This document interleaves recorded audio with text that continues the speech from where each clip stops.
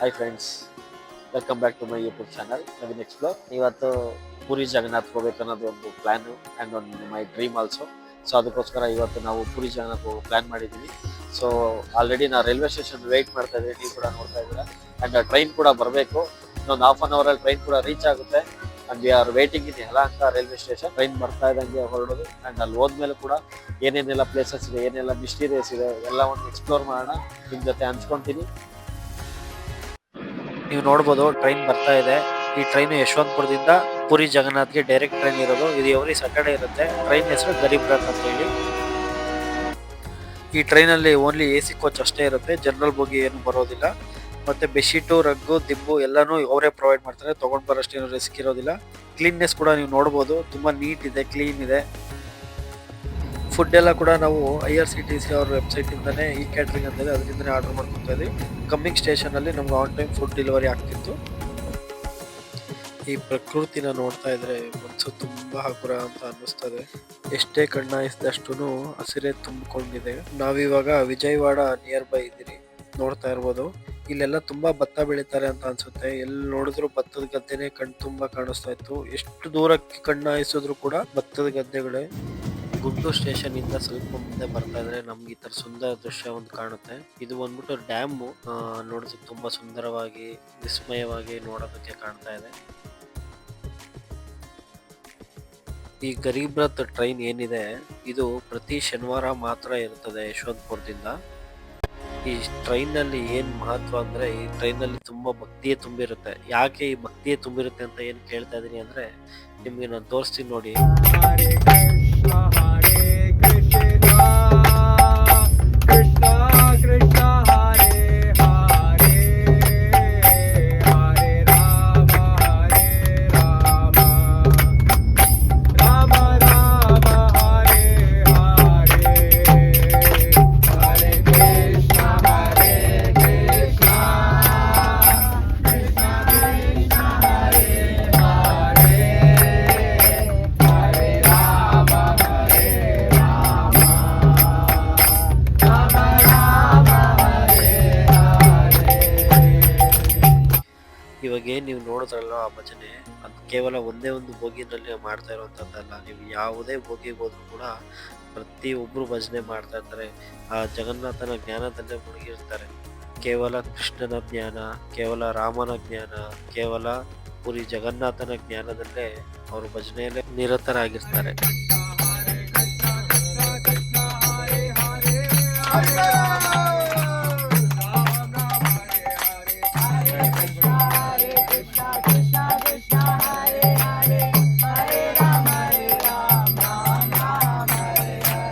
ಜಗನ್ನಾಥನ ಭಜನೆ ಮಾಡ್ತಾ ಮಾಡ್ತಾ ಟೈಮ್ ಹೋಗಿದ್ದೆ ಗೊತ್ತಾಗಿಲ್ಲ.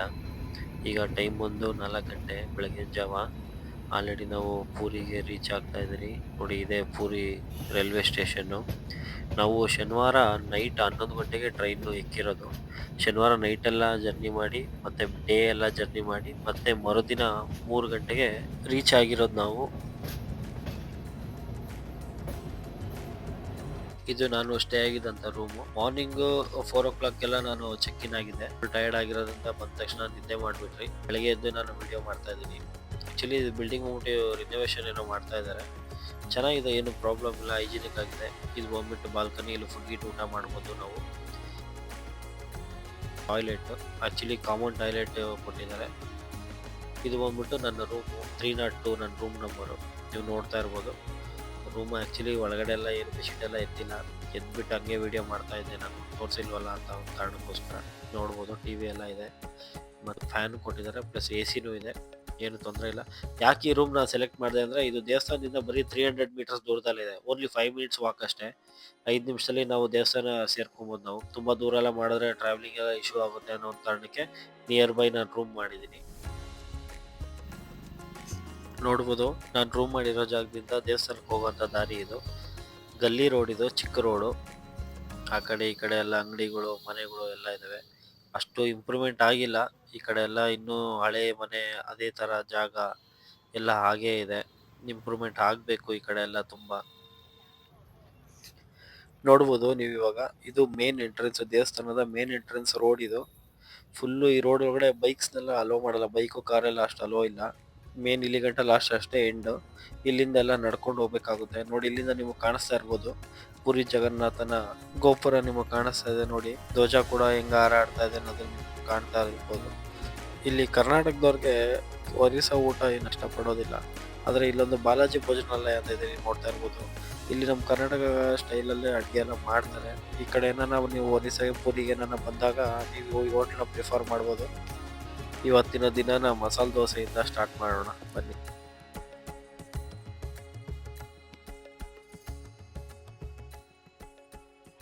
ಹಾಯ್ ಫ್ರೆಂಡ್ಸ್, ಇವತ್ತು ನಾನು ಇರೋದು ಪುರಿ ಜಗನ್ನಾಥ ದೇವಸ್ಥಾನ. ನೀವು ನೋಡ್ತಾ ಇರ್ಬೋದು ಗೋಪುರ, ಅದೇ ಮೇನ್ ಗೋಪುರ. ಇದು ಬರೋದು ಒರಿಸ್ಸಾ ರಾಜ್ಯ ಪುರಿ ಅನ್ನೋ ಊರಿನಲ್ಲಿ. ಈ ದೇವಸ್ಥಾನ ಏನಿದೆ ಇದು ಚಾರ್ಧಾಮ್ ಯಾತ್ರೆಗಳಲ್ಲಿ ಒಂದಾಗಿದೆ. ಈ ಚಾರ್ಧಾಮ್ ಯಾತ್ರೆ ಅಂತ ಬಂದ್ರೆ ಬದ್ರಿನಾಥ್, ರಾಮೇಶ್ವರಂ, ದ್ವಾರಕಾ ಮತ್ತು ಪುರಿ ಜಗನ್ನಾಥ್ ಎಂದು ಕರೀತಾರೆ. ನಾನು ಇವತ್ತಿರೋದು ಪುರಿ ಜಗನ್ನಾಥ. ದೇವಸ್ಥಾನದ ವಿಶೇಷತೆ ಏನಂದ್ರೆ ಈ ದೇವಸ್ಥಾನದಲ್ಲಿ ಶ್ರೀಮಂತ್ ವಿಷ್ಣುವಿನ ಅವತಾರದಲ್ಲಿರುವ ಜಗನ್ನಾಥ ದೇವರು ನೆಲೆಸಿರೋದು. ಜಗನ್ನಾಥನ ಜೊತೆಗೆ ಸುಭದ್ರೆ ಮತ್ತು ಬಲರಾಮ ನೆಲೆಸಿರೋದು. ಅವರಿಬ್ರು ಕೂಡ, ಬಲರಾಮ ಬಂದು ಜಗನ್ನಾಥನ ಅಣ್ಣ ಮತ್ತು ಸುಭದ್ರೆ ಬಂದ್ಬಿಟ್ಟು ಜಗನ್ನಾಥನ ತಂಗಿ. ನೋಡಿ ಫ್ರೆಂಡ್ಸ್, ನೀವು ನೋಡ್ತಾ ಇರ್ಬೋದು ಜಗನ್ನಾಥನ ಗೋಪುರ ಮೇಲೆ ರಾರಾಜಿಸ್ತಿರ್ತಕ್ಕಂಥ ಬಾವುಟ ನೋಡ್ತಾ ಇರ್ಬೋದು. ಇದು ಗಾಳಿಯ ವಿರುದ್ಧ ದಿಕ್ಕಿನಲ್ಲಿ ಹಾರಾಡೋದು. ನಿಮ್ಗೆ ಎಕ್ಸಾಂಪಲ್ ತೋರಿಸಿ ನೋಡಿ. ಈ ಗೋಪುರ ನೋಡಿ, ಇದು ಅದರ ಆಪೋಸಿಟ್ ಅಲ್ಲೇ ಇದು ಹಾರಾಡ್ತಾ ಇರೋದು. ಈ ದೇವಸ್ಥಾನನ 12ನೇ ಶತಮಾನದಲ್ಲಿ ಒಡಿಶಾ ರಾಜ ಅನಂತವರ್ಮ ಚೋಡಗಂಗಾ ಎನ್ನುವರು ದೇವಸ್ಥಾನನ ನಿರ್ಮಿಸಿಸ್ತಾರೆ. ಹಾಗೆ ವೈಷ್ಣವ ಸಂಪ್ರದಾಯದಲ್ಲಿ ಇಲ್ಲಿ ಪೂಜೆ ಪುನಸ್ಕಾರ ಎಲ್ಲಾನು ಕೂಡ ನಡೆಯುತ್ತೆ. ಈ ಗೋಪುರದ ಶೈಲಿ ಏನಿದೆ ಇದು ಕಲಿಂಗ ಶೈಲಿಯಿಂದ ಆಗಿರೋದು ಅಂತ ಹೇಳ್ತಾರೆ. ಗೋಪುರ ಏನಿದೆ ಇದು 214 ಅಡಿ ಎತ್ತರ ಇರೋದು. ಇದ್ರ ಮೇಲ್ಗಡೆ ಇರೋದು ನೀಲಚಕ್ರ ಅಂತ ಕರೀತಾರೆ. ಇದ್ರ ಮೇಲ್ಗಡೆ ಏನು ಬಾವುಟ ನಿಮ್ಗೆ ಹಾರಾಡ್ತಾ ಇರೋದು ಕಾಣಿಸ್ತದೆ, ಇದು ಪ್ರತಿದಿನ ಸಂಜೆ 5 ಗಂಟೆಗೆ ಚೇಂಜ್ ಮಾಡ್ತಾರೆ. ಒಂದು ದಿವಸ ಇದನ್ನು ಚೇಂಜ್ ಮಾಡೋದು ಮಿಸ್ ಆದರೂ ಕೂಡ 18 ವರ್ಷಗಳ ಕಾಲ ದೇವಸ್ಥಾನ ಮುಚ್ಚಲಾಗುತ್ತದೆ ಅನ್ನೋ ಪ್ರತೀತಿ ಇದೆ. ಸೊ ಅದಕ್ಕೋಸ್ಕರ ಪ್ರತಿದಿನ ಈ ಬಾವುಟನ ಚೇಂಜ್ ಮಾಡ್ತಾರೆ. ಈ ದೇವಸ್ಥಾನದ ಗೋಪುರ ಏನು ಕಾಣಿಸ್ತದೆ ನಿಮಗೆ, ಇದರದ್ದು ನೆರಳು ಯಾವುದೇ ಕಾರಣಕ್ಕೂ ನಿಮಗೆ ಕಾಣೋದಿಲ್ಲ. ಬೆಳಗ್ಗೆ ಆದರೂ ಸರಿ, ಸಂಜೆ ಆದರೂ ಸರಿ, ಈ ಒಂದು ಗೋಪುರದ ನೆರಳು ನಿಮಗೆ ಕಾಣೋದಿಲ್ಲ. ಅದು ಇಲ್ಲಿನ ಒಂದು ವಿಸ್ಮಯ. ಹಾಗೆ ಈ ದೇವಸ್ಥಾನದ ಪಕ್ಕದಲ್ಲೇ ಸಮುದ್ರ ಕೂಡ ಇರೋದು. ನೀವು ಆ ದೇವಸ್ಥಾನದ ಹತ್ರ ನಿಂತ್ಕೊಂಡ್ರೆ ಆ ಸಮುದ್ರದ ಒಂದು ಶಬ್ದ ನಿಮಗೆ ಕೇಳಿಸ್ತಾ ಇರುತ್ತೆ. ಆ ಮೊದಲನೇ ಮೆಟ್ಲು ಎಕ್ಕಿ ನೀವು ಒಳಗಡೆ ಎಂಟ್ರಿ ಆಗ್ತದಂಗೆ ಫುಲ್ ನಿಶಬ್ದ. ನಿಮಗೆ ಆ ಸಮುದ್ರದ ಶಬ್ದ ಕೂಡ ನಿಮಗೆ ಕೇಳಿಸೋದಿಲ್ಲ. ನೀವು ಅದನ್ನ ನಿಜವಾಗ್ಲೂ ಫೀಲ್ ಮಾಡ್ಬೋದು. ಈಗ ತಾನೇ ದರ್ಶನ ಮುಗಿಸ್ಕೊಂಬಂದ್ರಿ. ದರ್ಶನ ತುಂಬ ಚೆನ್ನಾಗಾಯಿತು. ದೇವ್ರನ್ನ ನೋಡಿ ತುಂಬ ಖುಷಿ ಆಯಿತು ನನಗೆ. ದರ್ಶನ ಮುಗಿದ ತಕ್ಷಣ ಪಕ್ಕದಲ್ಲೇ ಕಿಚನ್ ರೂಮ್ ಅಂತ ಅಂತಾರೆ, ಭೋಜನಾಲಯ ಅಂತ, ಅಲ್ಲಿಗೆ ಹೋಗಿದ್ರಿ. ಅಲ್ಲಿ ದೇವರಿಗೆ ಪ್ರಸಾದ ಮಾಡ್ತಾರೆ. ಮಡಿಕೆಯಲ್ಲೇ ಮಾಡೋದು, ಒಂದರ ಮೇಲೊಂದು ಇಟ್ಟು ಮಡಿಕೆ ಬೇಯಿಸೋದು. ಅದರ ವಿಸ್ಮಯ ಏನಂದ್ರೆ, ಮೊದಲು ಕೆಳಗಡೆ ಮಡಿಕೆಗಿಂತ ಫಸ್ಟ್ ಮಡಿಕೆ ಅನ್ನ ಬೇಯೋದು. ಅದು ಒಂದು ವಿಸ್ಮಯ ಕೂಡ. ಇಲ್ಲಿ ಒಳಗಡೆ ಯಾವುದೇ ರೀತಿ ಮೊಬೈಲು, ಗ್ಯಾಜೆಟ್ಸು, ಎಲೆಕ್ಟ್ರಾನಿಕ್ ಐಟಮ್ಸ್ ಏನೂ ಅಲೋ ಮಾಡೋದಿಲ್ಲ. ಸೊ ಅದಕ್ಕೋಸ್ಕರ ಎಲ್ಲ ಹೊರಗಡೆನೆ ಇಟ್ಬಿಟ್ಟು ನಾವು ಹೋಗಿದ್ವಿ. ಸೊ ಅದಕ್ಕೋಸ್ಕರ ಯಾವುದೇ ಥರ ವಿಡಿಯೋ ಮಾಡೋಕ್ಕಾಗಿಲ್ಲ. ಹಾಗೆ ಕೃಷ್ಣನಿಗೆ 58 ಬಗೆಯ ತಿಂಡಿಗಳನ್ನ ದೇವರಿಗೆ ಅರ್ಪಿಸುತ್ತಾರೆ. ಪ್ರತಿದಿನ 6 ಬಾರಿ ದೇವರಿಗೆ, ಜಗನ್ನಾಥನಿಗೆ ಹೊಟ್ಟೆ ಹಸಿಯುತ್ತಂತೆ. ಅದಕ್ಕೆ ಪ್ರತಿದಿನ 6 ಟೈಮು ದೇವರಿಗೆ ಊಟ ಮಾಡಿಸ್ತಾರೆ. ಇದು ದೇವಸ್ಥಾನದ ಮುಂದೆ ಇರುವಂತ ಧ್ವಜಸ್ತಂಭ.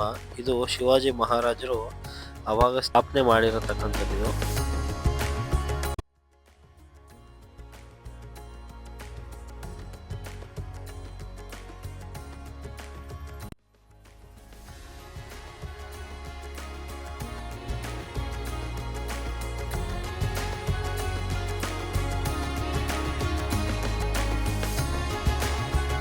ದೇವಸ್ಥಾನದ ಭೋಜನಾಲಯದಲ್ಲಿ ಶ್ರೀಮಂತ ಮಹಾಲಕ್ಷ್ಮಿ ನೆಲೆಸಿರೋದು ಒಂದು ಪ್ರತೀತಿ ಇದೆ. ಇಲ್ಲಿ ಎಷ್ಟೇ ಸಾವಿರಾರು ಲಕ್ಷಾಂತರ ಜನ ಬಂದರೂ ಕೂಡ ಯಾವತ್ತೂ ಕೂಡ ಅನ್ನದಾಸೋಹದಲ್ಲಿ ಹೆಚ್ಚು ಕೂಡ ಆಗಿಲ್ಲ, ಕಡಿಮೆ ಕೂಡ ಯಾವತ್ತೂ ಆಗಿಲ್ಲ. ಇವಾಗ ಟೈಮ್ ಬಂದು 5 ಗಂಟೆ.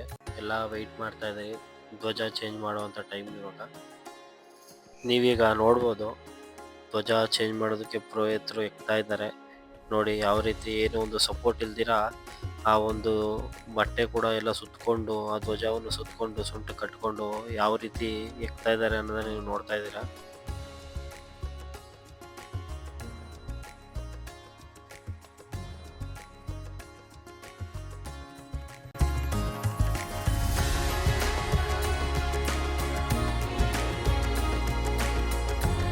ನೋಡ್ತಾ ಇರ್ಬೋದು ಇಲ್ಲಿ ಚಕ್ರ ಮೇಲೆ ಪೂಜಾರಿ ನಿಂತ್ಕೊಂಡು ಧ್ವಜ ಬಿಡಿಸ್ತಾ ಇರೋದು ನೀವು ನೋಡ್ತಾ ಇದ್ದೀರಾ.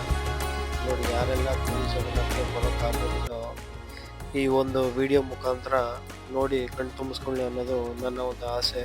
ಸೊ ಅದಕ್ಕೋಸ್ಕರ ನನ್ನ ಕೈಲಿ ಎಷ್ಟಾಯಿತು ಅಷ್ಟು ವಿಡಿಯೋನ ಕವರ್ ಮಾಡೋದಕ್ಕೆ ಟ್ರೈ ಮಾಡಿದ್ದೀನಿ. ಎಷ್ಟೆಲ್ಲ ಈ ದೇವಸ್ಥಾನದ ಬಗ್ಗೆ ಇತಿಹಾಸದ ಬಗ್ಗೆ ನನಗೆ ತಿಳಿದಿದೆಯೋ ಅದನ್ನೆಲ್ಲ ಕೂಡ ನಿಮ್ಮ ಮುಂದೆ ನಾನು ಹೇಳಿದ್ದೀನಿ. ಯಾರೆಲ್ಲ ಪುರಿ ಜಗನ್ನಾಥನನ್ನು ನೋಡಲು ಬರೋದಕ್ಕಾಗೋದಿಲ್ವೋ ಅವರು ನನ್ನ ಈ ವಿಡಿಯೋ ಮುಖಾಂತರ ಪ್ರತಿಯೊಂದು ನೋಡಿದ್ದಾರೆ, ಪ್ರತಿಯೊಂದು ತಿಳಿದಿದ್ದಾರೆ ಅಂತ ನಾನು ಭಾವಿಸ್ತೀನಿ. ಮತ್ತು ಕೊನೆಯದಾಗಿ ಯಾರೆಲ್ಲ ಜಗನ್ನಾಥನ ದರ್ಶನ ಪಡೆಯಲು ಕಾಯುತ್ತಿದ್ದೀರೋ ಅವರು ಲಾಸ್ಟ್ವರೆಗೂ ದಯವಿಟ್ಟು ವಿಡಿಯೋವನ್ನು ನೋಡಿ.